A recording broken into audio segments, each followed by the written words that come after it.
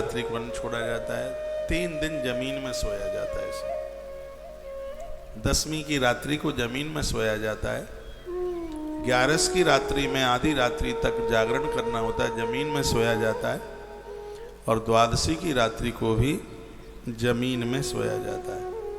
क्या लिखा है कि जिंदगी भर नर्मदा के किनारे पर वास करने से, जीवन भर कुरुक्षेत्र में वास करने से, जिंदगी भर पुष्कर में कार्तिक नहाने से, जीवन भर काशी में वास करने से, हर वर्ष का माघ प्रयाग में निकलता है, जिंदगी भर यमुना में स्नान करने से, देविका नदी के किनारे पर वास करने से जितना पुण्य नहीं मिलता उतना पुण्य सिर्फ एक एकादशी के व्रत करने मात्र से प्राप्त हो जाता है। तो ये बात ध्यान में रहेगी, संपूर्ण धरती की 11 परिक्रमा करने से जितना फल प्राप्त होता है सिर्फ एक एकादशी का व्रत करने से उतने पुण्य की प्राप्ति होती है। आप मंगलवार करते हो, बुधवार करते हो, गुरुवार करते हो, ये तो सब बहुत पीछे रह गए एकादशी के सामने, 11 के सामने कुछ नहीं। एकादशी में तो सब कुछ समाया हुआ है। जो लोग ये सोचते हैं कि मृत्यु के समय पर पांव में कांटा लगे इतना भी कष्ट ना हो, तो उन्हें आज ही ये संकल्प ले लेना चाहिए कि अगली बार आने वाली एकादशी से हम व्रत आरंभ करेंगे। आप अपने जीवन का आनंद देखिए, चाहे दुनिया भर की स्त्रियां इकट्ठी कर लें, बच्चे पैदा कर लें, धन इकट्ठा कर लें, लेकिन अंत में ग्रंथ का कहना यह है कि यात्रा तुमको अकेले ही करनी पड़ेगी, कोई संग जाएगा नहीं, सिर्फ अकेले और सिर्फ अकेले यात्रा। उस समय आप निर्भय होके जाएं, उत्सव के साथ उत्साह मनाते हुए जाएं, तो उसके लिए यदि आपका शरीर काम करता है तो आप एकादशी का व्रत अवश्य में कीजिए। इससे बड़ा कोई व्रत नहीं है, यह व्रतों का राजा है, ऐसा कहा गया। इसमें रात में जागरण करने से मनुष्य संपूर्ण पापों से मुक्त हो जाता है। आधी रात्रि तक 12 बजे तक जगिए, वैसे आप जगते ही 12 बजे तक। कीर्तन सुनिए, आजकल तो विज्ञान का जमाना है, मोबाइल में कीर्तन चालू कर ले, मोबाइल गाता रहेगा और आप सुनते रहेंगे।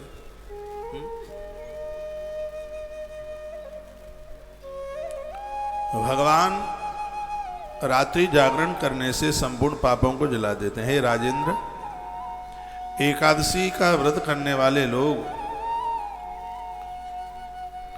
30 पीढ़ियों का उद्धार करते हैं, ये लिख लेना। वो 30 पीढ़ियां कौन कौन सी हैं? एकादशी का व्रत जो करते हैं वो 30 पीढ़ियों का उद्धार करते हैं। 10 पीढ़ियां तो माँ के कुल की, मामा के यहाँ की, 10 पीढ़ियां पितृ कुल की, और 10 पीढ़ियां पत्नी के कुल की। एक कोई इधर मध्य प्रदेश की बात है, उन्होंने अपनी बेटी के लिए घर ढूंढा और मेरे पास आएगा, महाराज जी घर बहुत अच्छा, एक ही लड़का है, टीचर है, उसके पापा भी मास्टर थे, बस एक ही कमी है। मैंने कहा कमी क्या है? हर महीना गिरिराज जी की परिक्रमा करने को जाता है, हर महीना वृंदावन जाता है, वो हर महीना महात्माओं से मिलने के लिए जाता है। मैंने कहा फिर तो ये तो ज्यादा अच्छा है। अच्छा क्या है? क्यों? कैसे अच्छा नहीं है? अच्छा नहीं है, हमारी बेटी को छोड़कर कहीं बाबा ना बन जाए, इस बात का भय है। मैंने कहा वो बाबा बनेगा तो उसको कोई रोक भी नहीं पाएगा। कुछ लोग तो हमारे पास ऐसे आते हैं कि नास्तिक है, पूजा पाठ करता नहीं है, देवी देवताओं को मानता नहीं है, और लोगों को इसमें भी तकलीफ होती है कि पूजा पाठ ज़्यादा करता है, महात्माओं से मिलता है, गिरिराज जी की परिक्रमा करने को जाता है। मैं आपको कहना चाहूँगा, आपको ऐसा जामाता मिला है, आपको ऐसा दामाद मिला है जो धार्मिक है, आपकी कुल परंपरा की 10 पीढ़ियों का तारण कर देगा, ऐसा इस ग्रंथ में। जितने भी जामाता हैं इस धरती के, जितने भी दामाद हैं, यदि वो एकादशी का व्रत करते हैं तो 10 पीढ़ियां उनके ससुराल की तरेंगी, 10 पीढ़ियां उनके मामा के पक्ष की तरेंगी, और 10 पीढ़ियां उनकी स्वयं के पक्ष की तरेंगी। इसको कोई रोक नहीं सकता। इसलिए बहनों, तुम्हारा आदमी यदि व्रत करता है तो सहयोग कीजिए, रोकिए मत उसे। तुम्हारा मम्मी पापा पियर का खानदान 10 पीढ़ियां मुक्त, ये समझ लीजिएगा, ये लिखा है इसमें। यदि झूठ है तो कोई मेरी बात काट के बताए, मुंह मांगा इनाम मिलेगा। तो यदि ऐसा नहीं है तो 10 पीढ़ियां स्वयं की, पिताजी के पक्ष की, 10 पीढ़ियां मामा के पक्ष की, और 10 पीढ़ियां घरवाली के पक्ष की। 30 पीढ़ियों का उद्धार आत्मकल्याण होगा जो 11 का व्रत करेंगे। ये गुरुदेव वशिष्ठ कथा सुना रहे हैं, वो साधारण नहीं है, गुरुदेव राम जी के भी गुरु जी, विधाता ब्रह्मा के मानस पुत्र हैं, और उन्होंने यह अद्भुत बात कही है। एक बात नहीं मैं पूछ पाया, ये बताइए, मेरी लैंग्वेज, मेरी भाषा आपके समझ में आ रही है? धन्यवाद। तो आपसे बने तो एकादशी का व्रत कीजिए। और एक बात और सुन लें आप, एकादशी का व्रत करने के तत्पश्चात, उद्यापन करने के बाद, फिर यदि आप अन्न खाते हैं तो अन्न खाने का 1% भी दोष नहीं लगता। ये सबसे बड़ी बात है। देखो, नहीं तो 11 को अन्न खाए तो ऐसा बता दें कि बिष्टा के बिलबिलाते कीड़ों को खा लिया, जो ग्रंथों में लिखा है। आपने एक बार एकादशी कर ली है, उसका उद्यापन कर दिया, और फिर आपने अन्न ग्रहण करना। एक कच्चा भोजन तो फिर भी मत करना। आपने पकी रसोई, आपने ये प्रसाद लिया है, तो वो अन्न खाने में 1% भी बिल्कुल दोष नहीं लगता, ऐसा हमारे ग्रंथ में। हरे वैष्णव जनों के लिए 11 का व्रत तो बहुत ज्यादा जरूरी है। ईश्वर ने हम लोगों के ऊपर कितनी कृपा कर दी, ऐसे खानदान परिवार में जन्म दे दिया। हम 8 साल की उम्र से व्रत कर रहे हैं। वो बच्चा कहाँ है? छोटा सा राम नहीं दिखा सुबह से, कहाँ है? आश्रम में छोटा सा बालक है, 8 साढ़े 8 साल का है। ऐसे ही तो बच्चे बन जाते हैं, देख देख करके बन जाते हैं। देख, वो एक बार देख लेता है, उसी को रिपीट कर लेता है, खुद उसी पर चलना शुरू कर देता है। मेरे गांव के पास में एक छोटा सा कस्बा रहा, वहां एक जैनी महात्मा आए हुए थे बहुत टाइम पहले। मेरी उम्र 6-7 साल की होगी। मैं तो उन्हीं के साथ चला गया होता, लेकिन वृंदावन में रहना मेरी जन्म पत्री में लिखा हुआ था, यहाँ रहना। चला गया होता। उनका प्रवचन ऐसी छोटी सी उम्र में सुना, उसने हृदय के ऊपर असर किया। और ऐसा तो कुछ समझ में आता ही नहीं था कि जैनी महात्मा है। तो उनकी बातें तो भगवान की थी, हमें जैनी ना जैनी से क्या मतलब था। वो जो बोल रहे थे वो बातें बड़ी ईश्वर से मिलाने वाली बातें थी, भगवान से मिलाने वाली जो बातें थी।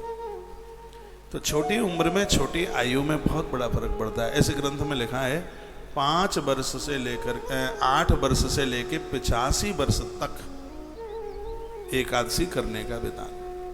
8 साल से लेके 85, इसके बीच में आप 11 का व्रत आराम से कर सकते हैं। आपकी बेटी, आपका बेटा 8 साल के हो गए हैं, 8 साल में समझदारी आ जाती है, खूब आ जाती है। तो 11 का व्रत आप बिल्कुल कर सकते हैं। यदि घर में कोई बीमार है, अभी मैं बता रहा था, और वो व्रत करने में असमर्थ हैं और अचानक वो व्रत टूट रहा है, तो उनकी बहू, बेटा और भी कोई अपना उनका व्रत कर लेते हैं, तो व्रत खंडित नहीं माना जाता, उस व्रत को पूरा माना जाता है। जैसे मान लिया जाए मम्मी की तबीयत थोड़ी खराब हो गई है और उन्हें अस्पताल जाना पड़ा है, तो उनके उस व्रत को बहू कर ले, बेटा कर ले, नातिन कर ले, यानी घर का कोई न कोई नाती पोता कर ले, तो उस व्रत को बिल्कुल पूरा माना जाता है, उसको अधूरा नहीं माना जाता। मान लिया जाए कोई एकादशी का व्रत करता है और परिवार में सूतक या सोवड़ हो गई या किसी की मृत्यु हो गई, अब क्या करें? तो देवी देवताओं को हाथ मत लगाइए, फिर स्नान कीजिए, अन्न मत खाइए, फल वगैरह ले लीजिए, मानसिक भाव से भगवान का चिंतन कीजिए, आपको पूरा व्रत करने का ही फल प्राप्त होगा। तो उसको तोड़िए मत, मठ मंदिर मन जाइए, देवताओं को मत छूइए, लेकिन ऐसा नहीं है कि घर में सोवड़ हो गई कि किसी की मृत्यु हो गई, अब तो 4 फुलका खींची दें, अब क्या है, फिर अपराध हो जाएगा। तो जो 11 का जो व्रत है, इसके ऊपर तो आप 1 वर्ष के लिए मुझे बोले कि 1 साल के लिए 26 एकादशियों पर प्रवचन हो, तो मुझे लगता है कि 365 दिन कम पड़ जाएंगे, उसमें प्लस 125 दिन और जरूरत पड़ेगी। इतनी बड़ी महिमा 11 की है, 500 दिन में भी इसका पूरा महात्म्य पूरा ना। और जो मैं अभी आपको बातें बोल रहा हूं, मैंने ये चक्कर घूम रहा है भाई,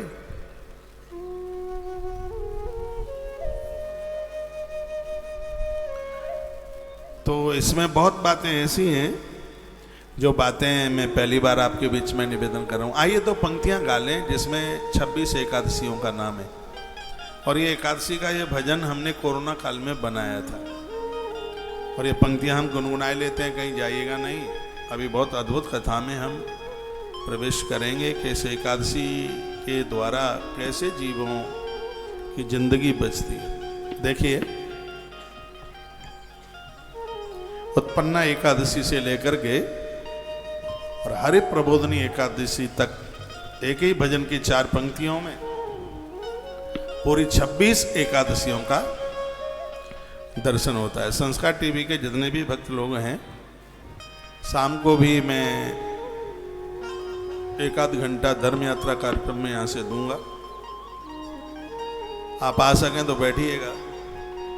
जो यह कार्यक्रम होगा वो कल सत्संग टीवी पर उसको आप प्रसारण में सुनेंगे। आपके कुछ प्रश्न होंगे, मुझसे यदि समाधान हो सकेगा तो मैं जरूर करूंगा।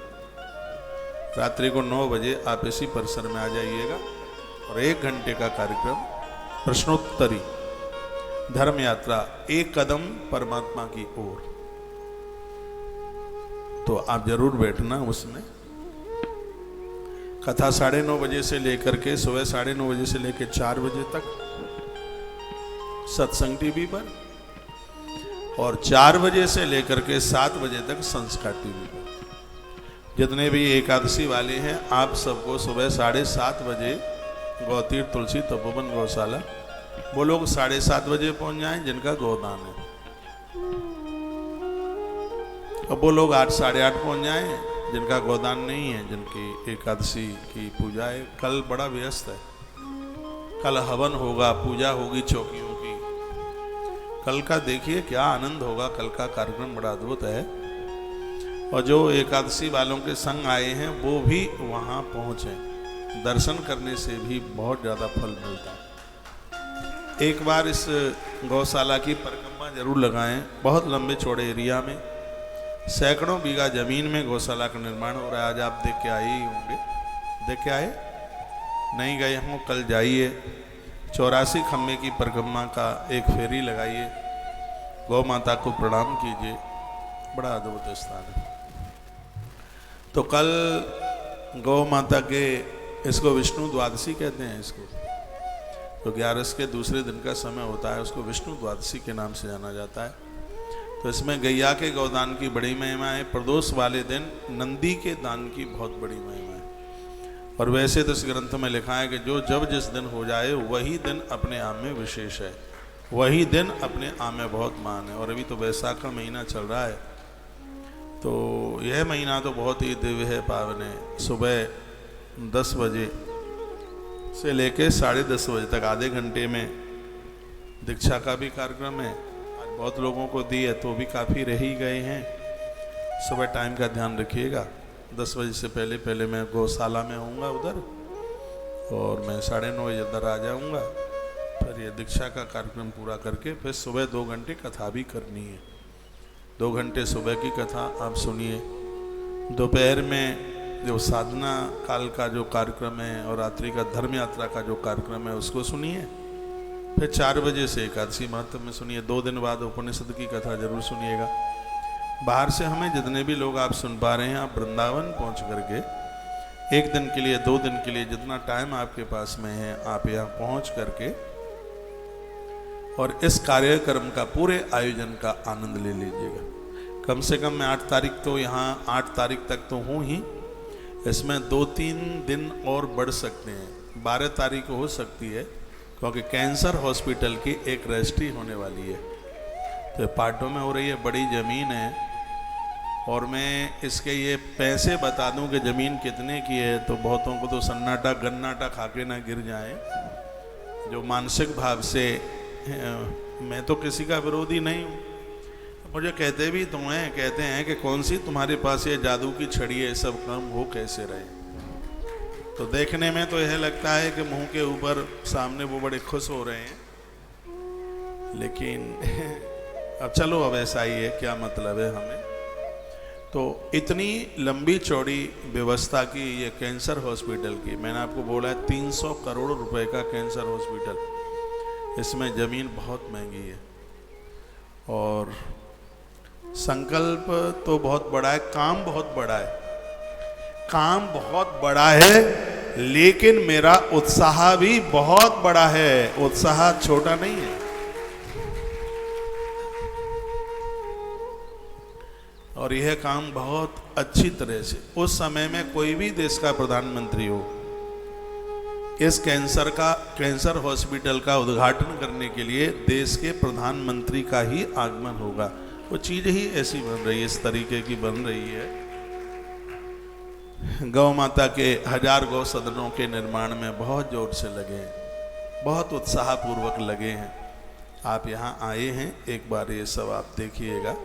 बाहर से भी मैं 8 तारीख तो कन्फर्म है ही, 12 तारीख तक मैं वृंदावन रुक सकता हूँ। यदि वो काम 8-9 में हो गया तो अच्छी बात है, एक आध दिन और लगेगा तो 12 तक तो वो हो ही जाएगा, क्योंकि इतनी बड़ी रजिस्ट्रियों में कागज पत्रा पूरा करने में कभी कंप्यूटर जंप ले गया, कभी ये हो गया, कभी वो हो गया, और वो काम रुक जाता है। मेरे सिग्नेचरों की ज़रूरत पड़ती है। ये सब चीज़ें तो गौ माता के नाम है, संपदा पूरी गौ माता की है, पूरी संपदा गौ माता की। इसका नाम कामधेनु कैंसर हॉस्पिटल इसलिए है क्योंकि इसकी मालिकिन गौ माता है।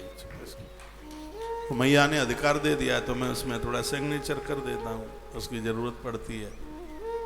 तो यह हो जाएगा। 3 दिन मैं रांची में हूँ, झारखंड रांची, और वहीं से मैं कलकत्ता के लिए कथा के लिए निकलूँगा, और वहाँ से फिर मेरी वापसी सुखताल, बड़ा अद्भुत स्थान है, श्रीमद् भागवत जी का उद्गम स्थान है।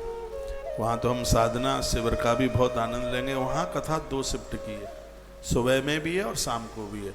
दोनों कथाएं, सुबह की कथा सत्संग टीवी पर है और शाम की कथा संस्कार चैनल पर है। पूरी की पूरी कथा आप लाइव टेलीकास्ट, पूरी कथा का आप आनंद लेंगे। कलकत्ता वाली कथा के भी कुछ दिन संस्कार टीवी पर है, शाम को 4 बजे से।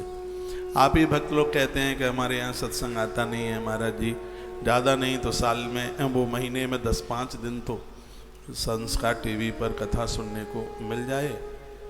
तो ये आपकी वजह से ही ये सब अच्छा ही अच्छा हो रहा है, सब बढ़िया हो रहा है।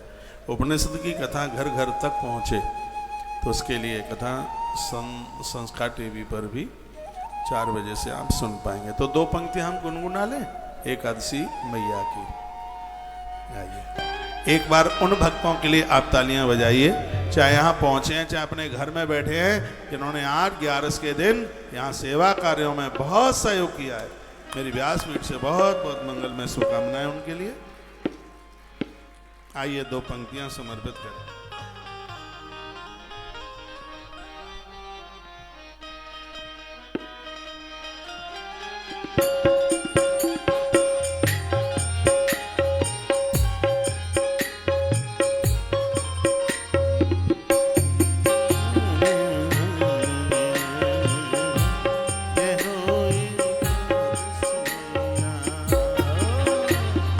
एकादशी का व्रत है पावन, कर देता कल्याण। सब गाए। एकादशी का व्रत है पावन, कर देता कल्याण। बदरी वन में प्रगट भई माँ, देव करे संभाल, आपको आज मिटाओ सदा ये व्रत अपना। ओ पाप को आज मिटाओ सदा ये व्रत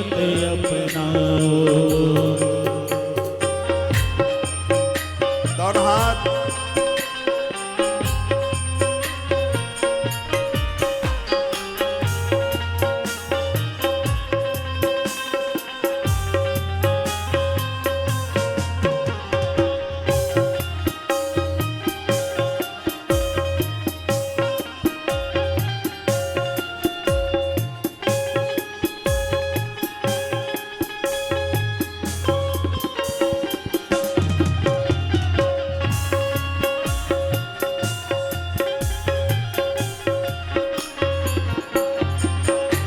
नारायण अंग से प्रगति मुझ दैत्य को माने मारा। नारायण अंग से प्रगति मुझ दैत्य को माने मारा। वरदान कृष्ण से पाया भक्तों को तुमने तारा। वरदान कृष्ण से पाया भक्तों को तुमने तारा। नाम मिला क्या रस माता का, नाम मिला क्या रस माता का। संतों की महिमा सा पाप को हटाओ, सदा ये व्रत अपनाओ। ओ पाप को हटाओ, सदा ये व्रत अपनाओ।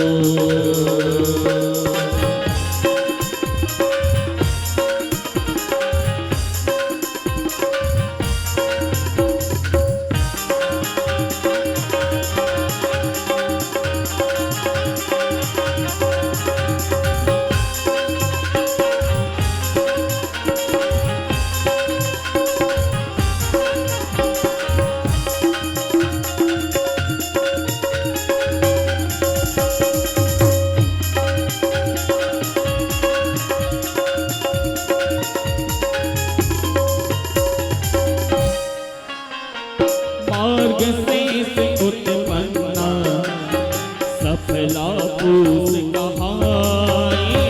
मार्ग से उत्पन्ना सफला पूस कहाई। माघ मास माघ गया फागुन आवला आई। मार्ग से उत्पन्ना सफला पूस कहाई। मार्ग शीस उत्पन्ना सफला पूस कहाई। माघ मास में विजया फागुन आवला आई। माघ मास में विजया फागुन आवला आई। चैत्र में पाप मोचनी मैया, चैत्र में पाप मोचनी मैया। बिगड़ बनावेगा पाप को मिटाओ, सदा ये व्रत अपनाओ। पाप को मिटाओ, सदा ये व्रत अपनाओ। एकादशी का व्रत है पावन कर देता कल्याण। बद्री वन में प्रकट हुई माँ देव करे सम्मान। पाप को मिटाओ, सदा ये व्रत अपनाओ। ओ पाप को मिटाओ, सदा ये व्रत अपनाओ।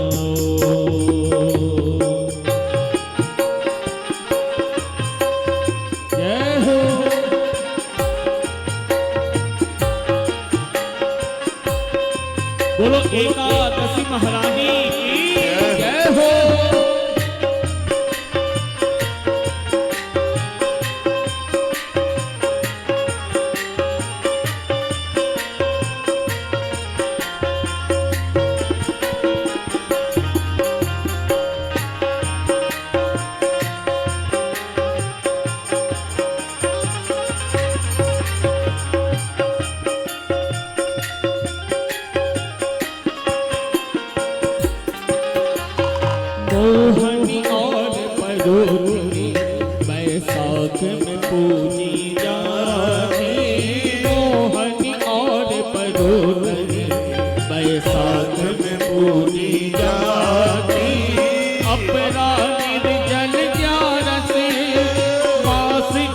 में आती, अपरा निर्जल ग्यारस मास ज्येष्ठ में आती।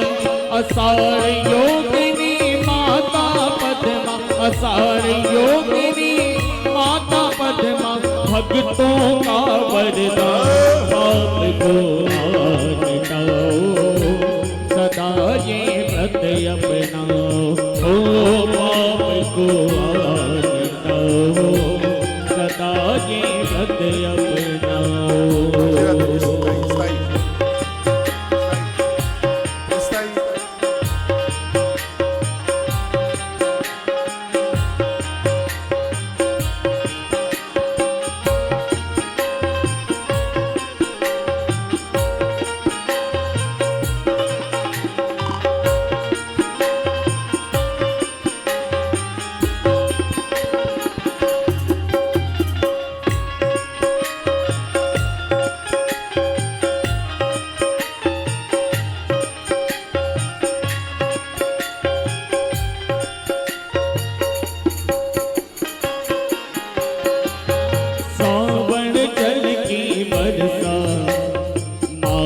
कामिका आवे, सावन जल की बरसा, मातु कामिका आवे, पुत्र दिय माँ ग्यारस, पुत्र तथा सुकहावे, पुत्र दिय माँ ग्यारस, पुत्र तथा सुकहावे। अजा और अजा और पावन भादव की माँ अपने धर्म की पाप को मिटाओ, सदा ये व्रत अपनाओ, ओ पाप को मिटाओ, सदा ये व्रत अपनाओ। एकादशी का व्रत है पावन, कर देता कल्याण, एकादशी का व्रत है पावन, कर देता कल्याण। बदरी वन में प्रकट भई माँ, देव करे संतान, पाप को मिटाओ, सदा ये व्रत अपनाओ, ओ पाप को मिटाओ, सदा ये व्रत अपनाओ।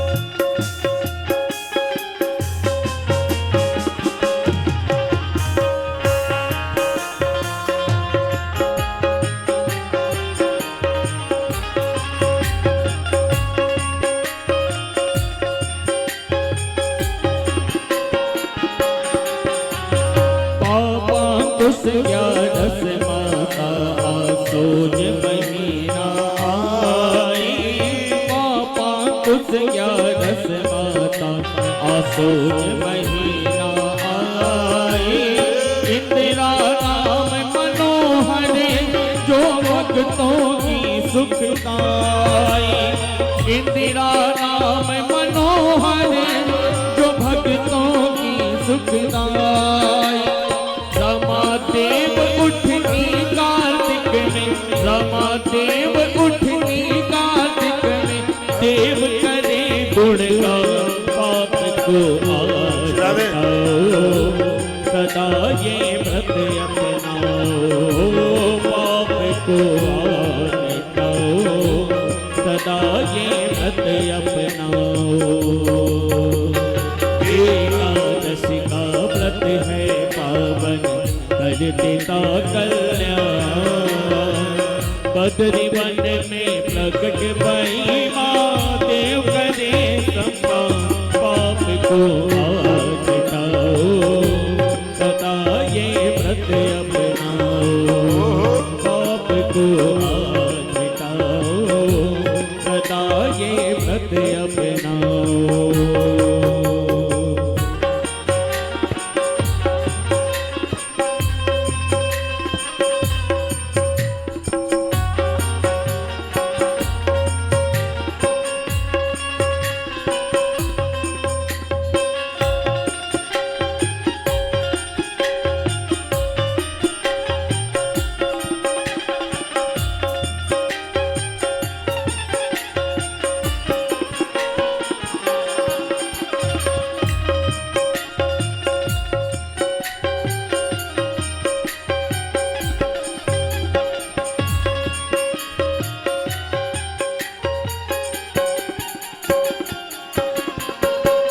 अधिक मास माँ पद में नहीं परमाना है प्यारो। अधिक मास माँ पद में नहीं परमाना है प्यारो। 26 एकादश करता ना मन में रहे अंधियारो। 26 एकादश करता ना मन में रहे अंधियारो। कलयुग की माता रनहारी, कलयुग की माता रनहारी पहुँचावे प्रभु के दाम पाप को आज मिटाओ। सदा ये व्रत अपनाओ, ओ पाप को आज मिटाओ।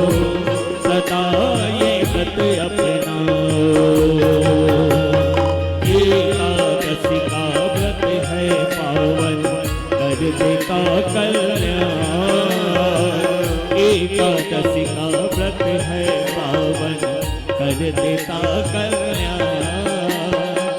बद्री वन में प्रकट भई माँ देव करे सम्मान पाप को आज मिटाओ। सदा ये व्रत अपनाओ, ओ पाप को आज मिटाओ। सदा ये व्रत अपनाओ।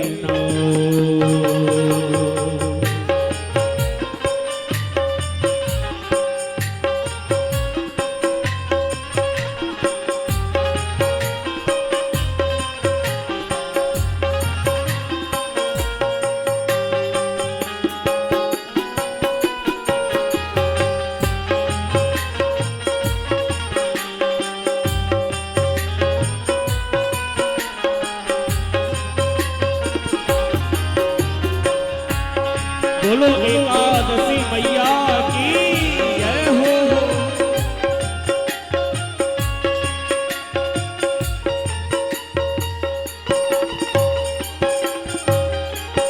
मोहनी और परोधनी बैसाख में पूजी जाती। मोहनी और परोधनी बैसाख में पूजी जाती।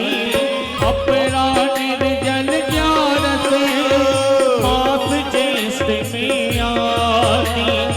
अपरा निर्जल ज्ञान से मास ज्येष्ठ में आती। आषाढ़ योगिनी माता पद्मा, आषाढ़ योगिनी माता पद्मा भक्तों का वरदान पाप को आज मिटाओ। सदा ये व्रत अपनाओ, पाप को आज मिटाओ।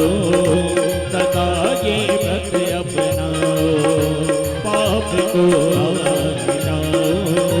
सदा ये व्रत अपनाओ। हे माँ,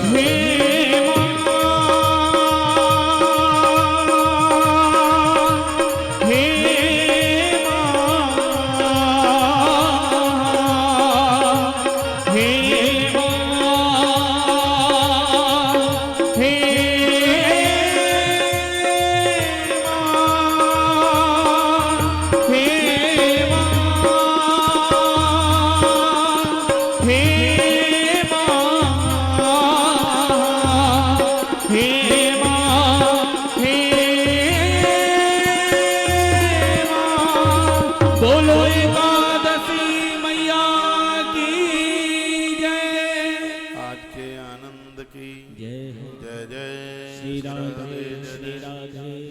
जय जय श्री राधे श्याम।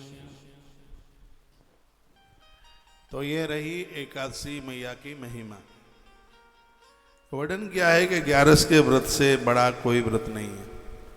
मानदाता राजा ने पूछा, गुरुदेव यह बताइए एकादशी 2 पड़ जाती है, पहले दिन की एकादशी करें या दूसरे दिन की एकादशी करें? तो गुरुदेव वशिष्ठ कहते हैं, राजन, जिस एकादशी का पारण त्रयोदशी में हो जाता है, एकादशी का व्रत उस दिन खुल रहा है जिस दिन में त्रयोदशी आने वाली है, तो उस एकादशी की महिमा कितनी है लिखा गया, इसमें संपूर्ण पृथ्वी का दान करने से जो फल प्राप्त होता है, द्वादशी में 11 करने की उतनी ही बड़ी महिमा है, क्योंकि उसका पारण है वो त्रयोदशी में होता है। इसलिए इस बात के ऊपर मैंने आपको इतना जोर दिया है, भूल करके भी वह एकादशी मत कीजिए जिसमें एकादशी में दशमी रही है। वो एकादशी बिल्कुल ना करें, वो संपूर्ण पुण्यों को नष्ट कर देती है, समाप्त कर देती है, कुछ रहने ही नहीं देती। तो वह एकादशी त्याज्यत करने के लायक है, वो त्यागने के लायक है जिसमें दशमी आ गई है। मान लिया जाए दूसरे दिन उदिता में नहीं है एकादशी, लेकिन ब्रह्म मुहूर्त में 3 बजे से लेके 4:30 के बीच में एकादशी आ गई है, इस 11 को मैं नहीं छोड़ता, मैं जरूर करता हूँ। क्यों? 3 बजे से तो नहाने का विधान भी तो आरंभ हो जाता है, ब्रह्म मुहूर्त होता है उस समय। 3 बजे से लेकर यदि 4:30 के बीच में भी एकादशी शुरू हो गई है भोर में, तो दूसरे ही दिन की एकादशी करनी चाहिए, उसको द्वादश एकादशी कहते हैं। और उसका जो पारण है फिर दूसरे दिन त्रयोदशी में होता है। तो यहाँ ग्रंथ में लिखा है, गुरुदेव वशिष्ठ कहते हैं, राजन, संपूर्ण धरती का दान करने से जितने फल की प्राप्ति होती है, उसे एकादशी के करने से तत्काल उतना फल प्राप्त हो जाता है जिसका पारण त्रयोदशी वाले दिन होता है। वो तब होगा त्रयोदशी वाले दिन जब द्वादशी वाली एकादशी की जाए। अनभिज्ञता है, जानकारी नहीं है, तो लोग वह एकादशी कर लेते हैं। मान लिया जाए उदिता में एकादशी है, पहले दिन 11 उदिता में है, सुबह उदिता में है वो एकादशी, चलो दशमी नहीं है, उदिता में एकादशी है, लेकिन दूसरे दिन ब्रह्म मुहूर्त में है एकादशी, 3 से 4:30 के बीच में आ गई है, तो पहले दिन की एकादशी छोड़ दो और दूसरे दिन की एकादशी करो, उसकी महिमा है। और एक बात और वर्णन की गई है, वो इसमें बड़ी अद्भुत है। इसमें वर्णन किया है कि एकादशी में उस दिन दशमी है और द्वादशी में एकादशी बिल्कुल भी नहीं है। इस बात को थोड़ा ठीक से सुनिए, बहुत समझने लायक बात है। एकादशी में तो है दशमी, सुबह के टाइम में दशमी है, सूर्य उदित में दशमी है, लेकिन कुछ देर के बाद वो एकादशी लग रही है, 7 बजे 8 बजे 9 बजे एकादशी लग रही है, लेकिन उस दिन दशमी है उदिता में, तो उस एकादशी को बिल्कुल त्याज्यत कर दीजिए, बिल्कुल न करें। फिर मान लिया जाए कि द्वादशी को ब्रह्म मुहूर्त में भी एकादशी नहीं है, 3 से 4:30 के बीच में एकादशी नहीं है। राजा मानधाता ने प्रश्न किया ये, तो गुरुदेव वशिष्ठ कहते हैं कि यदि एकादशी वाले दिन थोड़ी भी दशमी रही है, उसको त्यागने के बाद जब आप द्वादशी में एकादशी करते हैं, जिस दिन एकादशी बिल्कुल भी नहीं है, तो भी आपने 11 का व्रत द्वादशी को किया है, उस व्रत का पूरा फल आपको मिलने वाला है। ये समाधान है ग्रंथ। इसलिए तो मैं आपको कहता रहता हूं, मैं हर 11 को वीडियो डालता हूं, ऑडियो या वीडियो, आज भी डाली है सुबह, और मैं आपको कंफ्यूज नहीं करूंगा। मैं ग्रंथों का माध्यम, मैं तो शास्त्रीय जीवन जी रहा हूं, और पूरे देश ने, वैष्णव लोगों ने, हरिभक्तों ने मेरे ऊपर विश्वास किया है, तो मैं कोई टीआरपी के लिए वीडियो नहीं डालता, मैं आपके समाधान के लिए। कभी ऐसा हो जाता है कि द्वादशी 2 पड़ जाती हैं, अष्टमी 2 पड़ जाती हैं। अब इसमें बड़ा अद्भुत वर्णन किया गया है, अमावस्या 2 पड़ गई, क्या करें? कह दिया शाम को अमावस्या है तो उसमें आप पितृ कार्यों के लिए आप दिया जला दें, स्पष्ट इसमें लिखा है। लेकिन दूसरे दिन सुबह पर्व की जो अमावस्या है, वो भोर में अमावस्या पड़ी है, जिसमें स्नान किया जाता है, दान दक्षिणा दी जाती है, तो उस दिन वही अमावस्या मान्य होती है, पर्व की अमावस्या जो भोर में पड़ जाती है। और दीपदान के लिए, दिया जलाने के लिए, पितरों की रात जगाने के लिए वो एक दिन पहले की जो अमावस्या है। पर लिखा है इसमें पूर्णमासी 2 पड़ गई हैं, तो इसमें वर्णन है जो चंद्र दर्शन, चंद्र पूजन होता है वो पहले दिन किया जाता है, क्योंकि दूसरे दिन रात्रि को पूर्णिमा रहती नहीं है। सत्यनारायण भगवान की कथा आप सुनते हैं, ब्राह्मण को भोजन कराते हैं, वो दूसरे दिन की पूर्णिमा को होता है। लेकिन जो आप पूर्णिमा का जो व्रत करते हैं, याद रखना जो पूर्णिमा का व्रत है, यदि पूर्णिमा 2 पड़ गई हैं तो वो व्रत दूसरी पूर्णिमा को नहीं किया जाता, पहली ही पूर्णिमा को किया जाता है।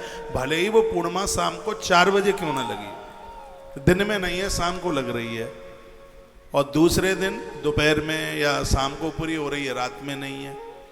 तो व्रत वाली जो पूर्णिमा है वो पहले ही दिन वाली करनी चाहिए। यह भी बात इसी ग्रंथ में लिखी हुई है और गुरुदेव वशिष्ठ इसका समाधान कर रहे हैं।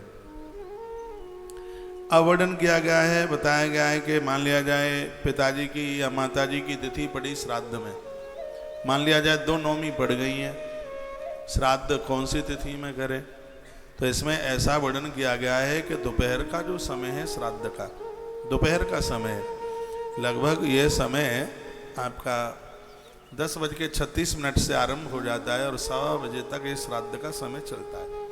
तो इस समय में जो तिथि पड़ रही है तो वही अपने आप में मान्य होगी, ऐसा वर्णन किया गया है। तो इस प्रकार से जो बड़ी अद्भुत बातें बताई गई हैं, कहा गया है कि जब एकादशी निकल जाए, द्वादशी के दिन क्या करना चाहिए, द्वादशी के दिन स्नान, पूजन, होम और दान ये करना चाहिए। 4 बातें बताई गई हैं। कहा गया है कि आपने एकादशी का व्रत किया है, द्वादशी को आप नहाए नहीं है तो एकादशी पूरी नहीं मानी जाती। अब कहा जाता है आप ट्रेन में हैं, आपने एकादशी का व्रत तीर्थ में किया, कहीं कर लिया, और रात्रि को आपने ट्रेन पकड़ ली है, रेल आपने पकड़ ली और आप हैं रास्ते में, ना आप पारण कर पा रहे हैं और ना आप स्नान कर पा रहे हैं। तो ऐसी स्थिति में, ऐसी पोजीशन में क्या किया जाए, तो वह भी बड़ा इसमें बड़ा अद्भुत इसमें वर्णन किया गया है। देखिए वैसे तो जहाँ व्यवस्था बनती है वहाँ आप स्नान कर लें, नहीं तो इसमें जो बड़ी अद्भुत बात कही है, और ये बात कह करके मुझे इतना आनंद लग गया है, वो ये है कि आप लेट बाथरूम जाने से पहले सुबह आप जागते हैं तो पालती मारकर 108 बार ओम नमो भगवते वासुदेवाय इस दिव्य मंत्र की आप माला कर लें, आपका व्रत खंडित नहीं होगा। ये बहुत जबरदस्त बात मुझे मिल गई है। जैसे आप रास्ते में, इस बात को फिर मैं एक बार रिपीट करूंगा, जैसे आप कोई भी गुरु मंत्र में आपका मंत्र है, छोड़िए, ये नारायण का जो एक विशेष मंत्र है और एकादशी भी नारायण की ही है। जैसे आप रास्ते में हैं तो सुबह टॉयलेट जाने से पहले वहीं अपनी जगह पर रेल के डिब्बे में आप बैठे हैं, आंख बंद कर लीजिएगा और देखो जब तक आप सुबह टॉयलेट नहीं जाते हैं, मल विसर्जन के लिए नहीं जाते हैं, तब तक आपको भगवान को छूने में भी कोई दोष नहीं लगता। ऐसा तो हमारे ही ग्रंथों में वर्णन किया गया है। हाँ, उस समय वो दोष नहीं लगता, उस समय तो आपको रसोई में भी जाने में दोष नहीं लगता। ये मल विसर्जन के तत्पश्चात नहाने धोने की ये सब क्रियाएं फिर शुरू हो जाती हैं। तो मल विसर्जन से पूर्व आप बैठिए, अपनी आंखों को बंद कीजिए, कम से कम 108 बार द्वादशाक्षर मंत्र का जप कीजिए। इसको मंत्र स्नान के नाम से इसे जाना जाता है। ये मंत्र स्नान है। ये देखिए हमारे ऋषियों ने ऐसे आपातकाल में कितनी बढ़िया बढ़िया बातें लिख दी हैं, और ये प्राय सबके लिए हो जाता है, मेरे लिए भी हो जाता है रास्ते में। यार हम लोग तो ऐसे स्टेशन पर गाड़ी रुकी, 4 लोटा वहाँ भी डाल लिया, लेकिन माताएं तो नहीं हो पाता है। तो इसमें देखो कितना बढ़िया विधान बताए, ना आपने गंगा जल लिया, ना आपने तुलसी पत्र लिया, और ना आप नहा पाए। और आपका व्रत कोई भी व्रत है, एकादशी की बात में चर्चा कर रहा हूँ आपको, और आपने 108 बार एक माला द्वादशाक्षर मंत्र की आपने जप कर ली, तो आपका व्रत अपने आप में सुरक्षित है। कमाल की बात। मेरी बात आपकी समझ में आ रही है? मेरी भाषा, मेरी लैंग्वेज आपकी समझ में आ रही होगी? 7 बजने वाले हैं, 2 एक आधे ही मिनट कम है, और जैसे ही संस्कार टीवी से कथा कटअप हो जाए, आरती करा दूं कि थोड़ी सी और कह लूं? आप बिजी तो नहीं है? थोड़ा सा और टाइम दे दीजिए, क्योंकि लेट कथा शुरू हुई है। एक कथा तो मैं सुबह करके गया हूँ, आप यहाँ पर पहुँचे हैं, बाहर मुझे टीवी पर सुन पा रहे हैं। आज एकादशी है, तो आज मैंने सुबह एक अनाउंस किया है भंडारे के लिए और गौ माता के हरे चारे के लिए। तो 2100 रुपये का सहयोग मैंने आज सुबह बोला है, और आज 1100 है, उसमें आप अवश्य में सहयोगी जरूर बन जाइए, भगवान का काम है। भूसा गोदाम भरे जा रहे हैं, आपने देखा है चारों तरफ। गौ हॉस्पिटल के भी नीचे के हॉल हमने भरना शुरू कर दिया है भगवत कृपा से, क्योंकि इस साल 20 रुपया किलो, अभी 9 साढ़े 9 रुपया किलो आ रहा है, तो ये 6100 रुपये 6000 रुपये में 7 क्विंटल भूसे की व्यवस्था हो रही है। उससे बड़ी गाड़ी है वो 11000 रुपये, और सबसे बड़ी गाड़ी 21000 रुपये का सहयोग करके आप भी यह सौभाग्य मौका कमा लें। यदि परसों तक आप रुके हैं तो नंदीदान के द्वारा कल गोदान, और आपको लगता है कि यहाँ गैया आनंद में। आज मैं सुबह बोल रहा था कि ये दोनों चीज़ें ऐसी हैं, एक है बिटिया और एक है गैया, सब जगह नहीं दी जाती। बहुत विचार करके कहीं भी आप गोदान करते हैं पहले एक बार उस जगह को देखिए। और मुझे नहीं लगता कि गौतीर तुलसी तपोवन गौशाला की व्यवस्थाओं को कोई फैल करके बता दे, नहीं लगता मुझे। यहाँ इतना आनंद होता है। ये समय वीडियो आप देख रहे हैं, आज की तस्वीर है, हम भी गौ माता की सेवा में चारा काट रहे थे, बड़ा आनंद हो रहा था। अभी जैसे ही 7 बज जाएं तत्काल तुलसी तपोवन यूट्यूब चैनल पर जुड़ करके और तत्काल पूरी कथा का आनंद ले लीजिए जितने बजे तक कार्यक्रम चल रहा है। और अभी कथा के आरती के तत्पश्चात मैं आप सबको मिलूंगा, जिनसे मैं सुबह से नहीं मिल पाया हूँ, सबको मुलाकात होगी। और कल दवाई का भी वितरण जिनको ज़रूरत है वह ले लीजिए। वैसे भी नया झाड़ू मंगलवार को और दवाई भी मंगलवार को बहुत ज़्यादा फायदा करती है, घोर गरीबी का नाश करता है। मंगलवार को झाड़ू नया खरीदें, झाड़ू लगाएं, ये सब छोटी छोटी वीडियो। ये वशिष्ठ संहिता में वर्णन है। आप बिना कपड़ों के रह जाएं लेकिन मंगलवार को नया कपड़ा मत पहनिए। ये मैंने राजस्थान से वशिष्ठ संहिता से बात करी थी आपको, और शायद आपको ध्यान हो। तो औषधि भी बहुत फायदा करती है मंगलवार को, इसलिए मैंने एक दिन बना दिया है कि मंगलवार के दिन औषधि आप जरूरतमंद लोग आपको फायदा करेगी। ये 2 दवाइयाँ मेरी ऐसे हाथ में लग गई हैं, एक डायबिटीज और एक जॉइंट दर्द की, और कल रात में बना लेंगे, कल आपको वितरित कर देंगे। बाहर से मुझे जितने भी सुनने वाले लोग हैं, कल आप पधारिए वृंदावन, यहाँ के आनंद देखें, बहुत आनंद हो रहा है। यहाँ पहुँचने वाले एक एक व्यक्ति से मैं मिलता हूँ। देखिए कथा तो आप टीवी पर भी सुन लेते हैं, यहाँ तक आप पहुँचते हैं तो आपका मन होता है कि महाराज से भी जा कर के मिलना है। तो महाराज तो हर समय खड़ा ही है आपसे मिलने के लिए, आप बिल्कुल पधारिए। एक बार रायपुर में मुझसे पत्रकारों ने बात करी थी, आप बताएंगे कि आपकी रौनक क्या है। मैंने कहा मेरे भगत मेरे श्रोता ही तो मेरी रौनक है, ये ना हो तो हम तो 2 पैसे के भी नहीं हैं। आपसे बहुत अच्छा लगता है, आपसे बहुत बढ़िया लगता है। अभी 7 बजने को हैं, तत्काल आप तुलसी तपोवन यूट्यूब चैनल पर जुड़ करके और आज की कथा को पूरा आप आनंद लाभ प्राप्त कर लें। अपनी व्यवस्था के अनुसार यहाँ के सेवा कार्यों के आप सहयोगी जरूर बनिएगा। एक बार जयकारा लगाइए, बोलिए बांके बिहारी लाल की जय हो, श्री हनुमान जी महाराज की जय हो, आज के आनंद की जय हो, जय जय श्री जय राधे श्री राधे जय जय। श्री राधे। देखो कितनी सुंदर बात कही गई है। एकादशी का व्रत करने से, पूर्णमासी का व्रत करने से और अमावस्या को ब्राह्मण को भोजन कराने से, इसमें वर्णन है कि व्यक्ति को संपूर्ण धरती का दान करने का फल प्राप्त हो जाता है। पूरी धरती का दान करने से जो फल प्राप्त होता है, इतने फल की प्राप्ति हो जाती है अपनी अमावस्या को। कल मैं खाटू श्याम महिमा में निवेदन कर रहा था कि शनिवारी अमावस्या पड़ जाए। जहाँ श्याम बाबा ने तप किया है उसका नाम है महिसागर संगम, जो गुजरात के आनंद जिले में पड़ता है, और उसकी चर्चा स्कंध पुराण में आई है। खाटू श्याम जब पूर्व में जब वो बर्बरीक थे, उन्होंने वहाँ तप किया हुआ, तो उसमें वर्णन है कि जो शनिवार को अमावस्या पड़ जाती है, मंगलवार और सोमवार को अमावस्या पड़ जाती है, ये धरती के ताप प्रताप संताप सबको खत्म कर देती है। इतना बड़ा प्रभाव है इन 3 दिनों में अमावस्या पड़ने का। यहाँ इस ग्रंथ में भी लिखा है एकादशी द्वादशी में पड़ जाए, वर्णन है इसमें।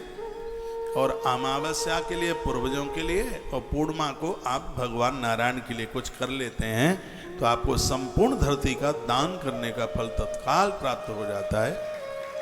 तो है इसकी इतनी बड़ी महिमा है। वर्णन किया गया द्वादशी के दिन स्नान।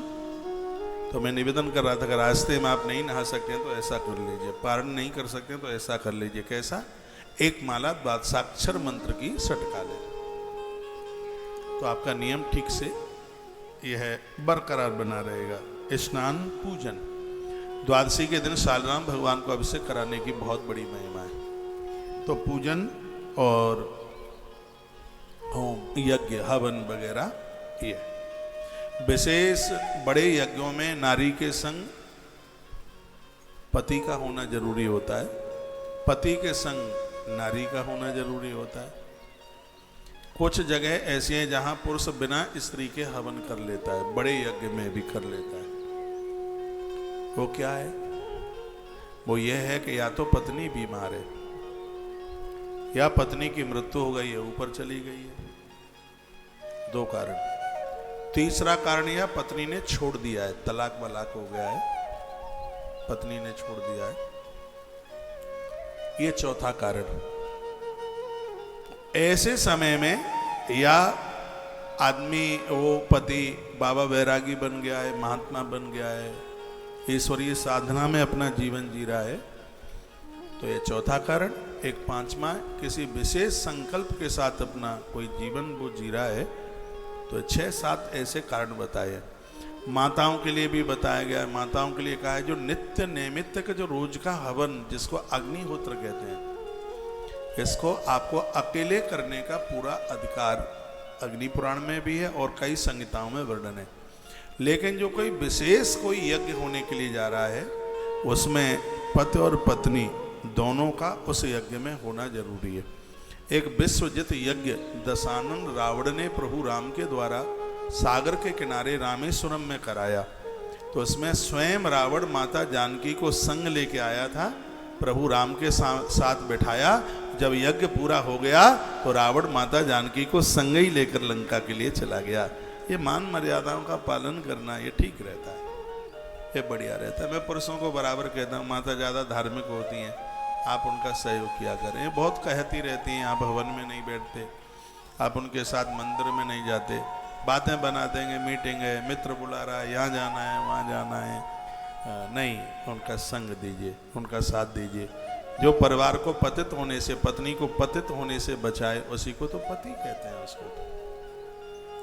तो वर्णन है कि जब एकादशी का दूसरा दिन पारण वाला दिन होता है, उस दिन स्नान पूजन और होम, आपने जितनों ने भी आज एकादशी का उद्यापन आरंभ हुआ है, तो द्वादशी के दिन हवन की बड़ी महिमा है। इसलिए जितने भी एकादशी के यजमान हैं, कल सबको हवन में बैठना होगा, यज्ञ में सबको बैठना होगा, क्योंकि द्वादशी के दिन यज्ञ की बहुत बड़ी महिमा है, भारी महिमा है। पहले आप वेदियों का पूजन आपके द्वारा होगा, जब पूजा से आप फ्री निवृत्त हो जाएंगे, जितने यजमान हैं उतने ही कुंड होंगे, सबको घी की आहुति पर। आनंद की बात यह है कि गैया मैया के शुद्ध देसी घी के द्वारा आहुतियाँ डलेंगी, और समझ लीजिए कि वह तो सुगंधी ऊपर के लोगों तक जाएगी। यह बड़ा सौभाग्य है कि मौका मिला है आपको गौ सदन में, गौशाला में, और यह उद्यापन करने का। आप घर में भी आप एकादशी का व्रत करते हैं, भले आप 11 आहुति डालें, द्वादशी के दिन आहुति जरूर डालें, भगवान को निलाएं, स्वयं स्नान करें, और भले ही 1 आना का दान करें, द्वादशी के दिन दान जरूर करें। इसमें वर्णन है चावल के दान की भारी महिमा है। इसमें 5-4 चीज़ें बताई हैं, स्नान, पूजन, होम और दान।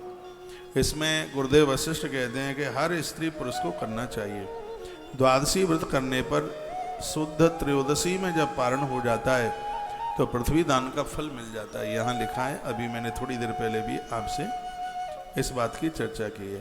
द्वादशी में वर्णन किया गया है कि ये कभी कभी एकादशी द्वादशी में पड़ती है, अब त्रयोदशी नहीं पड़ रही। अब इसमें ये वर्णन और किया गया है, उसमें त्रयोदशी उस दिन पड़ रही है, लेकिन जो पारण है वो द्वादशी में ही हो जाता है। जो पारण है वो द्वादशी में हो जाता है। प्रदोष की पूजा शाम को होती है। मैं हर वीडियो में भी तो टाइम डालता हूँ। कल 5:45 बजे से लेके 8:40 तक, 5:40 से लेकर और लगभग 8:43 तक पारण का समय है कल का।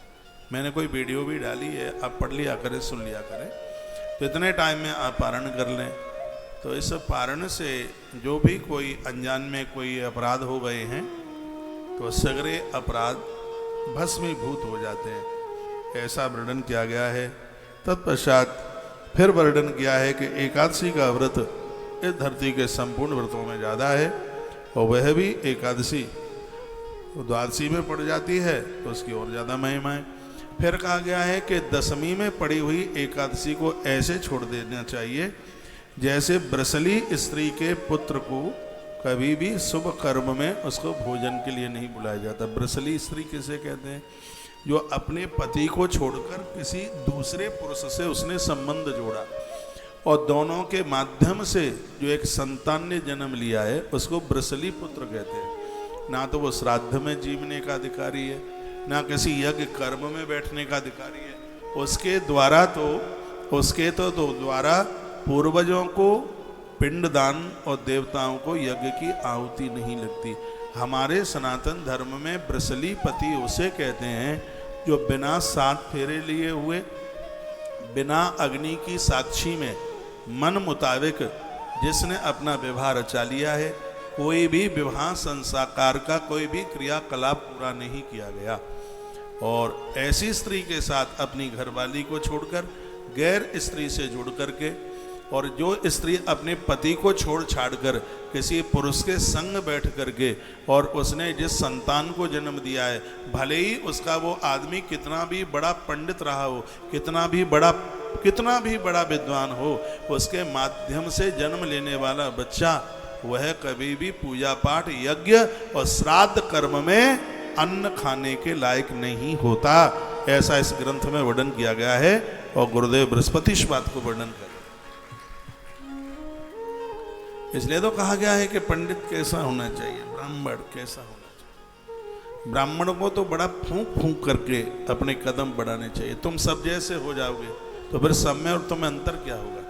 तुम ब्राह्मण हो तो ब्राह्मण तो लाखों लोगों में पहचान में आना चाहिए, पता लगना चाहिए ये ब्राह्मण है। सदवा नारी लाखों में पहचान में आती है, उसके भाल में सिंदूर होता है, हाथ में चूड़ियाँ होती हैं, पाँव में बिछुए होते हैं, सबको लगता है, बताने की जरूरत नहीं होती। कहा जाता है इस देवी का विवाह हो गया है और ये पति वाली ये स्त्री है, उसके चिन्ह है। उसी प्रकार से ब्राह्मण के लिए भी तीनों कालों में संध्या करने वाला हो, उसके पास छोटी जनेऊ की शक्ति हो, गायत्री का नित्य जप करने वाला हो, और वह ब्राह्मण अपने आप में इतना भाग्यशाली है जिसकी माँ भी ब्राह्मणी हो और उसका पिता भी ब्राह्मण हो। बहुत ज़्यादा भाग्य है उसका।